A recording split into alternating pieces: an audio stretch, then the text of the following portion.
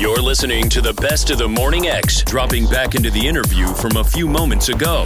This is the original 99X. Now, Howard Finster, you are known to have written and have made up many funny songs. I remember you doing one on the Johnny Carson show. Have you made up a song lately? Yeah, I make up lots of songs, and I've sung a lot. And I got one about a motor crossover, and I got one about I'm just a little tack shingle your roof. And I work with young people all my life in Sunday school, church, training union, and all that stuff.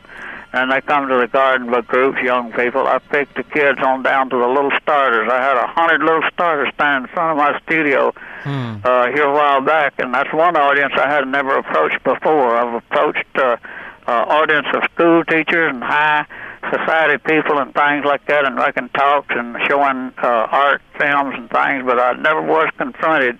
In all my 40 years preaching, I was never confronted with a little kids with their thumb in their mouth standing for me to speak to. It was really hard to think a message for them, you know. It was easy to preach a message to anybody in the world, except now I never had preached to a little bunch like that before, and they're standing in my yard, and the teacher over to one side, and I'm standing like little tin soldiers, and most of them with their thumb in the mouth, and I just couldn't hardly collect a message for them.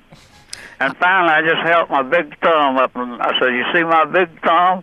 And they all looked, and I said, "It's big because I sucked it when I was little." And boy, they all took their thumbs out of their mouth all at the same time. And before I got through, they had them back in there, you know. Howard, would it be too much? Would you be comfortable sharing one of your new songs with us?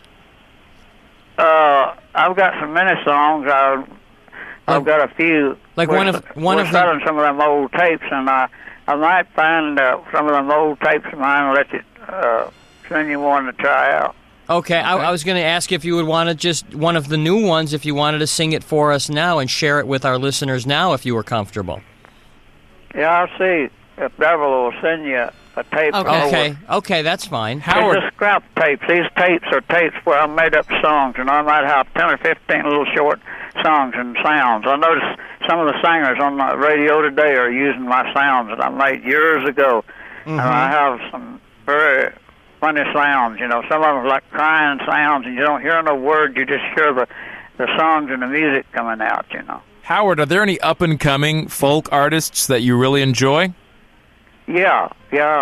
Folk artist is doing your own thing, and I paint from my brain, you know. It comes, God feeds it in on my brain like a computer, and it comes out to my fingers, and I put it on just the same thing, you know. A fellow in a big university asked me how I done them things, you know, like etching and all kinds of stuff that I never had seen before. I said, "Well, you have a TV?" A TV says, "Yeah."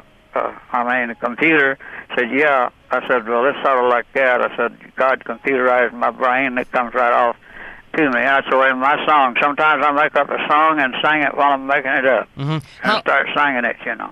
Howard, when you paint a picture or an object, do you first paint the picture and then find a biblical passage that would fit that picture, or do you start with the biblical passage and then paint around that passage? I mostly start with visions. I see the painting before I ever draw it. I see everything. I see what it's about, see what it's the nature of it, I see what the message is.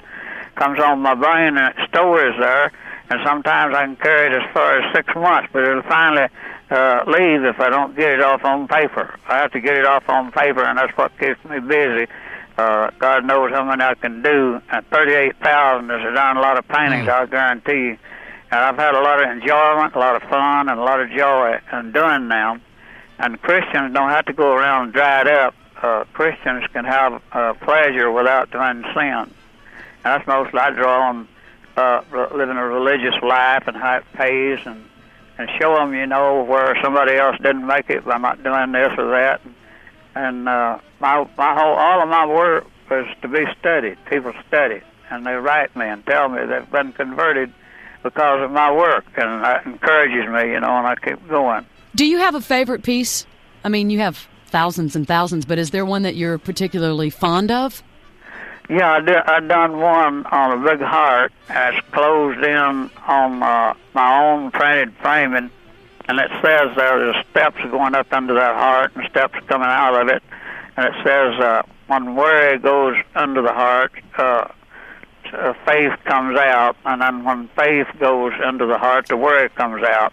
And I think that's one great short message that the whole world lacks, sinners and Christians and everybody, and that's in some real famous books right now. There's a piece in the museum that I particularly liked last weekend. In it, you painted members of your family, your grandchildren and your nieces and your daughters, and had them saying little things about you. Do you recall that painting? Yeah, well, that's personal introductions. You'll find personal introductions of me and my 5 children all through my work and all through my life. I worked down in my shop since I was 7 years old, cleaning up and janitor work, and on until all of them now, nearly all of them now is painting art. Uh-huh. Were you a big Elvis fan? Because you've done Elvis. Yeah, I thought a lot of Elvis. I thought he was a great guy and a wonderful gentleman. I've seen him all ever since he's been on there. I reckon I've seen him and growed up with him and his daddy and his mother, and they hired me to go to big university out somewhere in Louisiana or somewhere where his little home is. They had me to go there and make a speech on Elvis, and I had a vision of Elvis, and he appeared in my garden one day. And I do that smart writing about Elvis, and I do little souvenirs of Elvis, and I've been to his home and helped interview it for a big station in California. Did you ever meet Elvis? No, I never did meet him until about 2 or 3 years after he was dead, and then he come to my garden one. And then he came after he was dead. Yeah. How did he appear after he was dead to you? Well, I had a feeling somebody walked up behind me, and I was leaned over working in the flower bed, and I had a feeling somebody had walked up, and I looked back over my shoulder a little bit without even raising up, and I could just see under his chin, see his face, and he had on a light blue shirt, open collar, dark blue pants. And I couldn't believe it, and I was shocked, and I turned back around and started working in my things, wondering if that was really him, you know. And then I decided to speak to him with my back turned, and I said, Elvis, how about staying a while with us? And his reply was, all that I ever heard was, hiring him on a tight schedule, and that was the end of this. Wow. And then Elvis was gone. And Elvis left the garden. He was gone. I never did get to see him no more. I wanted to see him again, because the first time I seen him, I couldn't believe it, you know. Let's mention the big Howard Finster Somerville Festival that happens on May the 18th.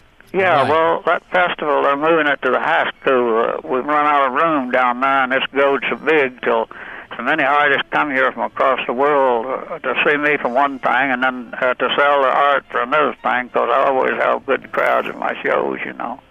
And that benefits them because they need big crowds to sell their work in, and the Finster Festival has been a great blessing to all the artists to help them move the work, and some of them make posters of my work and sells it, and that advances them, you know.